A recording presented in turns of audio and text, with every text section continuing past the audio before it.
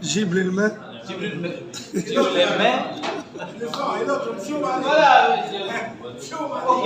Il m'a été demandé au cours de cette session de vous parler brièvement du travail que nous faisons en tant qu'uniprocélogistique au niveau mondial, mais également du travail que nous faisons dans la région, c'est-à-dire l'Afrique. Alors, succès, le camarade Hat m'a également demandé que je me focalise un peu sur le travail que UNI a déjà fait avec la multinationale DHL, parce que je sais, comme le secrétaire général l'a dit tout à l'heure, un travail a commencé à être fait, des progrès significatifs sont en cours.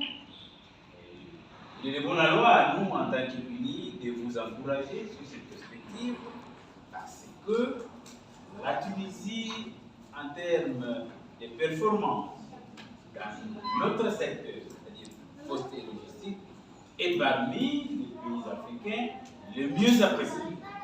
Et donc, il est normal pour moi, lorsque le camarade Hatim m'a dit qu'un atelier ou un séminaire s'est préparé courant ces mois de juin et que cela coïncidait exactement avec la tenue de notre comité de direction, j'ai dit à Hatim, pourquoi pas, moi en tant que responsable régional du poste, que je viens également voir le travail qui est fait par mes amis postiers pour que j'en rende compte au siège et au secrétaire régional, c'est qu'il faut tout ensemble nous puissions, pourquoi pas, identifier les préoccupations qui sont les vôtres et pour que dans un futur, à moyen ou à long terme, nous puissions drafter un projet qui pourra soutenir le travail que fait la fédération et dirige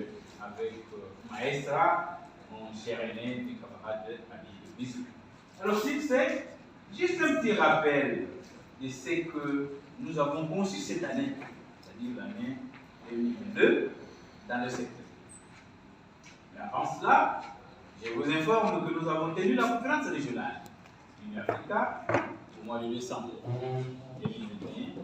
Heureusement, elle s'est tenue en ligne à cause de ce que vous connaissez, de la pandémie du coronavirus. Mais je suis très content d'avoir constaté que ça commence à reprendre du service parce que il y a de cela une année, il était pratiquement impensable de retrouver les gens tels que vous êtes assis. Chacun devait avoir un masque. C'est pourquoi, par peut-être mégal, j'ai dû vous apporter des masques. Parce que je me suis dit, peut-être que la pandémie est encore là, mais qu'à cela ne tienne, je vous ai apporté des masques pour que vous vous protégiez, ne serait-ce qu'un jour dans votre vie. Alors, lors de la conférence d'Union Africa qui s'est tenue en ligne au mois de décembre, nous avons conçu un certain nombre de projets, mais que nous avons transformés en résolutions. Et ces résolutions peuvent se résumer comme ça. Un, nous allons renforcer le pouvoir de la négociation collective, mais par la syndicalisation, on l'a dit ici. Les deux responsables des syndicaux qui étaient avec nous ont largement parlé de cette question des négociations collectives. Deux, nous nous sommes dit que le monde étant pratiquement en évolution constante, et surtout notre secteur qui subit des mutations sans cesse, il était normal pour nous, en tant qu'organisation syndicale mondiale, que nous puissions anticiper par rapport au déclin du volume de courrier que nous connaissons tous. Donc, vous savez très bien que la digitalisation est en train de prendre du terrain, même dans le secteur postal. Et donc, une résolution a été adoptée relative à la manière dont les travailleurs dans l'ensemble doivent s'adapter à ces nouveaux modes de travail impactés par la digitalisation. 3. Nous avons adopté une résolution spécifique pour intégrer la dimension de l'égalité du genre dans l'éducation. Et je suis très content et très fier, comme l'a David, de avoir choisi des femmes pour participer à cette formation. Car nous nous sommes dit qu'il faut de plus en plus que nous pensions à intégrer cette nouvelle génération, parce que nous savons que nous tous nous sommes en train de passer. Donc, une 4e résolution relative à l'inclusion des jeunes a été adoptée. Et il faut de plus, je suis fier d'avoir des visages qui préparent déjà cette nouvelle génération qui viendra demain nous remplacer. Parce que moi-même, malgré l'apparence que je peux donner, j'ai 54 ans. Mais puisque je fais des sports chaque jour, j'ai 38 d'exercices chaque jour, vous ne pouvez pas le constater. Mais j'ai 54 ans. Et j'essaie que cette nouvelle génération doit être préparée pour que demain ils puissent prendre le relais et continuer ce mouvement célébration. Et la 5e résolution que nous avons adoptée est relative à la santé et la sécurité sur le lieu de travail. Vous savez, personne n'avait imaginé qu'un jour, ce monde du travail sera enfermé sur lui-même à cause justement de cette pandémie. Et à cause de cela, des nouvelles terminologies sont apparues. Travailler en première ligne, travail à distance, et donc sur la base de ces éléments qui sont devenus un peu nouveaux, néologiques pour nous, nous sommes dit non, non, non. Cette question, nous ne pouvons pas l'aborder d'une manière autre que d'intégrer la question de l'hygiène et de la sécurité sur le lieu. Parce qu'on peut vous payer le meilleur salaire du monde, mais si votre santé n'est pas assurée, c'est même argent qu'on vous paye de manière faramineuse que vous irez dépenser pour l'hôpital et les pharmacies. Donc c'est très nécessaire pour les. Et donc, mutandis, dans le secteur, nous avons dit la même chose. Mais sauf que nous avons intégré ces 5 résolutions, mais en les adaptant à notre secteur. Et pour le secteur, voici ce que nous sommes. En premier lieu, c'est clair, nous allons renforcer la négociation collective. Ce pouvoir-là, qui nous donne ce droit d'améliorer les conditions de travail de nos membres sur terre. Et un syndicat n'existe que s'il est capable d'améliorer les conditions de travail civil, c'est ses membres. Sinon, il va se transformer en un homme. Et tous les discours que vous avez entendus tout à l'heure, de nos 2 responsables, visent justement à ce que les syndicats soient impliqués pour que les conditions de travail des travailleurs qui sont en même temps citoyens comme nous soient améliorées. Parce que ce qu'on vous paye à la fin du mois, c'est pour nourrir. Nous sommes africains. 5, 6 personnes dédiées. Et donc, si vos conditions sont impactées, les 5, 6 personnes auront des problèmes pour la suite. Deuxième, nous avons dit, comme je l'ai dit tout à l'heure, il faut intégrer la question du genre. 3, il faut inclure le gène. Alors, la 4e résolution,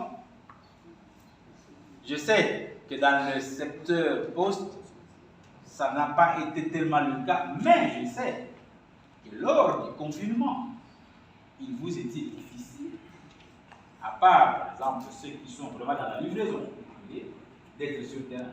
Mais beaucoup, par exemple, ceux qui sont à l'administration et au militaire, le problème était très compliqué. Vous étiez soumis à un télétravail, mais pour nous, en tant que syndicalistes, nous nous sommes dit non. Même si les travailleurs sont en télétravail, il faut que les droits syndicaux soient respectés.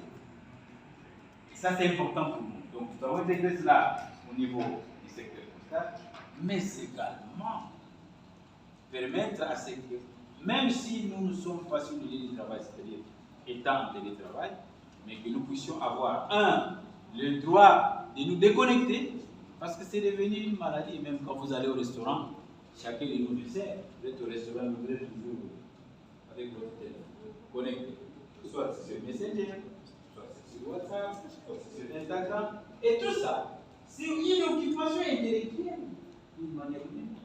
Maintenant, imaginez-vous qu'en plus de cela, ce qui est privé, que votre supérieur hiérarchique vous envoie des emails pour dire, mais les dossiers tels, est-ce que vous pouvez faire un tracking de ces courriers-là qui est parti de Sidi Bouzaïd jusqu'à... Nous nous sommes dit qu'il faut garantir aux travailleurs le droit à la déconnexion, même en étant en téléphone. Et la troisième et la plus importante chose, c'est notre équilibre en tant que travailleur, d'avoir une vie privée et une vie professionnelle. Et ça vient d'être reconfirmé à l'Organisation internationale du travail. Parce que beaucoup de gens ne savent pas, le temps que nous passons au travail est beaucoup plus important que ce que nous passons à la maison. Alors imaginez-vous que vous avez déjà passé trop de temps au travail et qu'à la maison, les mêmes obligations vous poursuivent. Ce n'est pas des obligations professionnelles, vous poursuivent. Ça peut créer un déséquilibre, non seulement au sein de votre foyer, mais même auprès d'autres membres de famille qui vont se dire, mais comment finalement, tu ne t'occupes plus que de ton travail que de nous. Les enfants te le diront, les frères te le diront, les sœurs te le diront, ton époux te le dira, ton épouse te le dira. Et donc, il y a une résolution que nous avons adoptée pour cela, pour que ces droits, cet équilibre, travail vie privée soit respecté. Alors, puisque notre secteur, comme je l'ai dit, est en pleine mutation, nous avons des problèmes spécifiques qui sont énormes. Je sais que ce n'est peut-être pas le cas pour le moment, mais dans beaucoup d'autres pays africains, nous avons essayé des problèmes de privatisation. Nous avons essayé des problèmes de restructuration des services postaux. Mais vous savez vous-même que lorsqu'on veut privatiser ou lorsqu'on veut restructurer, le premier impact sur les emplois. Et le directeur général, lorsqu'il y a restructuration, il ne mettra pas sur la liste son nom. En premier lieu, lorsque l'on veut rétrécir le nombre de travailleurs, en tout cas, il ne se mettra pas en premier lieu. Et même le directeur des ressources humaines, il ne mettra pas en premier lieu son nom. Il va d'abord viser les délégués fonctionnaires, puis c'est eux qui les dérangent, et pour les autres. Donc nous nous sommes dit qu'en cette période spécifique où les privatisations et les restructurations reviennent en force, surtout avec l'impulsion du Fonds monétaire international et de la Banque mondiale. Et j'ai été très heureux tout à l'heure lorsque les responsables de ces niveaux ont parlé justement du Fonds monétaire international qui revient en force, qui demande à un gouvernement de faire des réformes. Mais vous savez très bien, ces réformes ne touchent quoi plus sur les services publics, les services sociaux. Humains. Exact. Donc, il y a déjà des trucs en pipeline, mais nous, en tant que syndicats, nous devons nous préparer pour faire face à ça. En anticipant bien entendu. Et la dernière chose, j'ai dit, nous nous sommes dit que dans le secteur postal, nous manipulons trop le papier, il y a peut-être le respect de l'environnement que nous devons promouvoir. Et donc, un milieu de travail sain et sécurisé dans le secteur postal est également nécessaire pour que nous puissions avoir des travailleurs en bonne santé et qui puissent être performants et être productifs. Donc voilà les 6 résolutions que nous avons adoptées dans notre secteur et sur lesquelles nous allons travailler tout au long de cette année 2020. En plus, quels sont les moyens d'action que nous nous offrons, nous-mêmes en tant qu'unis? Et quand je dis nous-mêmes en tant qu'unis, c'est-à-dire mon frère Hatim, y compris. Nous nous sommes dit, la première chose, c'est que nous devons penser à concevoir des projets, des nouveaux projets. Ce qui existe déjà, c'est bon, mais nous devons concevoir des nouveaux. Et je suis très heureux d'être parmi vous.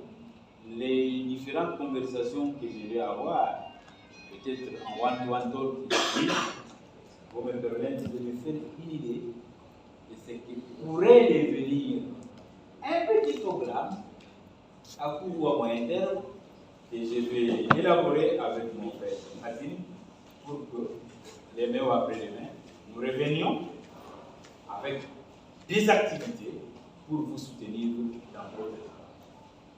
Deuxième chose, c'est que c'est vrai, et ça, je parle sous le contrôle du secrétaire général, le camarade Zouli, il sait très bien qu'au sein du NU, nous avons ce que nous appelons le fonds des syndicalisations.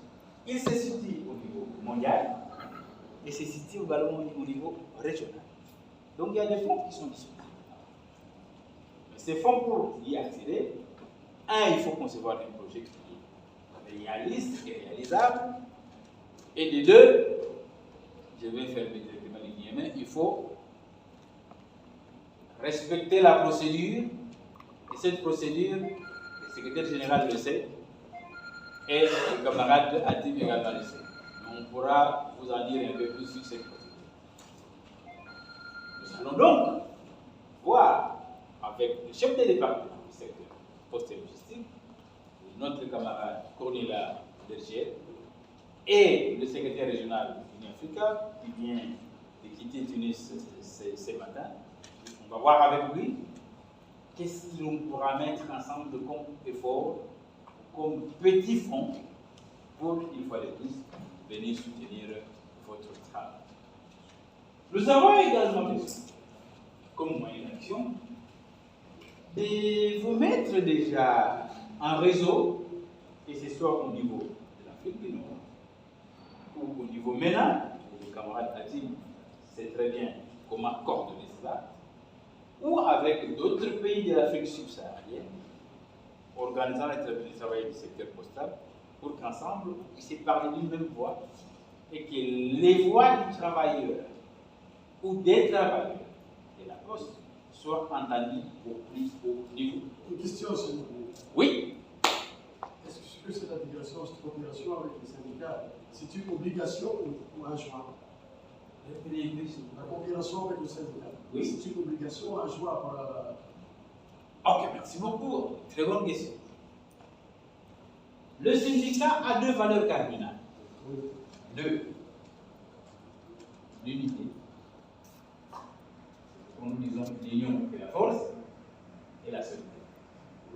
C'est que les syndicats, partout au monde, ne peuvent jamais évoluer à base de l'autre. Même la situation qui est la vôtre, l'UGTT a besoin de ses partenaires extérieurs Vous jouez sur la base pour soutenir son action. Donc, ce qui concerne la Fédération Générale de Poste Tunisie, affiliée à l'UGTT, vous avez également besoin du soutien de vos partenaires. Et nous le faisons régulièrement. Et vous le faites régulièrement. J'ai reçu plusieurs soutiens de votre part, soutenant un syndicat qui est en Argentine, qui est en train de faire une grève. Je sais que tu n'aimes pas trop le terme de grève. Vous avez soutenu des syndicats de Pologne. Vous avez soutenu des syndicats d'Espagne, tout récemment.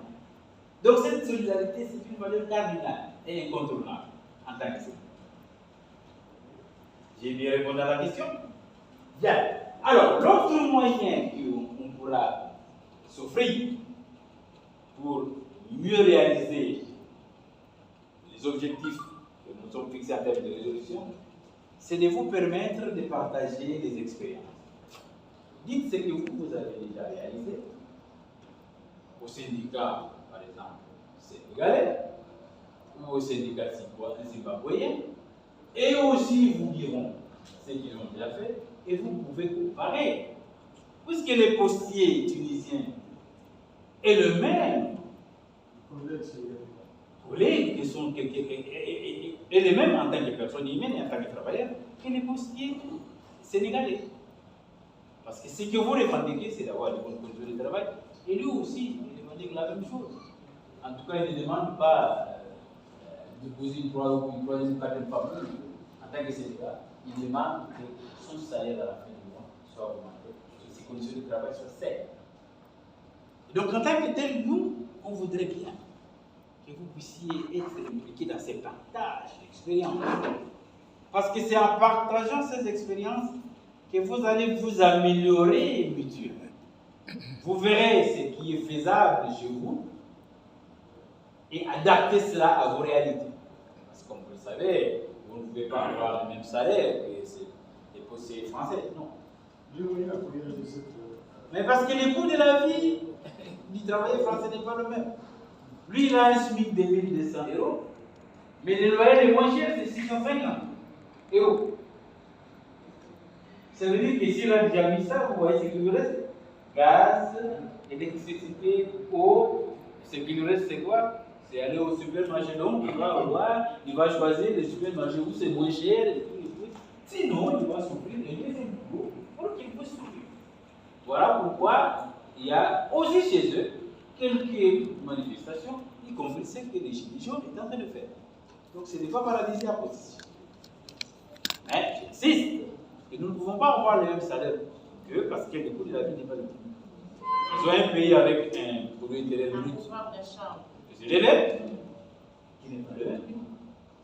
La monnaie, la leur, l'euro, comme ma soeur dit, a un pouvoir d'achat qui est différent.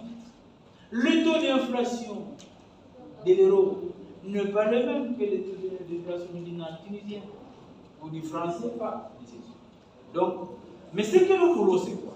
C'est que dans cette partage d'expérience, que nous puissions avoir au moins le minimum vital qui peut permettre à un travailleur, en tant qu'humain, de vivre dignement et décemment. Et c'est ce que nous faisons toujours dans les négociations collectives avec les employeurs. Vous trouvez que cette opération est réalisable? Pardon? Vous trouvez que cette opération est réalisable si il faut pas dire? Bien sûr, c'est réalisable. Ce partage d'expérience est réalisable. Et on le fait souvent. Et au sein d'UNI, c'est notre cheval de bataille. C'est pourquoi nous nous appelons UNI. En fait, UNI signifie en anglais Union Network Information. Réseau des syndicats internationaux. Donc, nous sommes un réseau. Et c'est cette même approche que nous voulons promouvoir avec vous comme nos amis. Et enfin, comme je l'ai dit, c'est renforcer la solidarité. Vous avez toujours bien fait. Les camarades Achim, tout récemment, soutenu à travers le camarade Habib Issouri, et c'est le cas espagnol qui est en difficulté. Ils sont loin en Espagne, mais ils avaient besoin du soutien de nous, en tant que postiers tunisiens, parce que ce sont des postiers espagnols qui étaient également en difficulté. Donc voilà, résumé en quelques mots, c'est que nous avons prévu pour cette année 2020. Alors, les prochaines activités que nous prévoyons, j'espère que vous serez impliqués. Oui. Excuse-moi. À propos de point que vous avez évoqué, la concurrence en Tunisie. Concurrence. Vous avez dit qu'il n'y a pas de concurrence comme pour les autres pays, par exemple, l'Espagne, la France. Mais peut-être il y a une information que vous n'êtes pas en cours, il y a une chambre de concurrence en Tunisie. C'est illégal. Je n'ai pas parlé de concurrence. Je me rappelle. Peut-être que non. Vous avez dit il n'y a pas le cas en Tunisie, la concurrence. Non, je n'ai pas parlé de concurrence. Peut-être qu'il faut que j'ai entendu. Oui, voici ce que j'ai dit. C'est quand j'ai parlé de la France. Alors, reprenez ce que j'ai dit. Vous avez dit que la concurrence. Mais je n'ai pas parlé de concurrence. Pas concurrence, mais Je veux dire que l'application est monopole en Tunisie. J'ai compris. Je n'ai pas non plus parlé de non, c'est pas concurrence. concurrence. Oui, mais Comparaison. non, d'accord, je comprends. Vous avez dit que la Tunisie n'est pas le cas pour d'autres pays en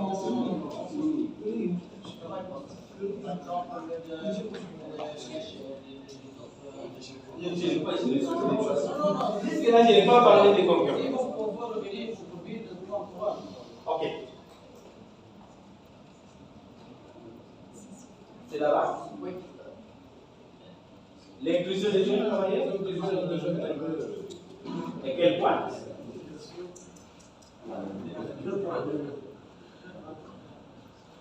Quand tu parlais de la privatisation, la désintégration. Ah, j'ai dit que peut-être vous n'êtes pas encore arrivé à ce niveau de privatisation de la poste tunisienne. chemin pour la privilégiation.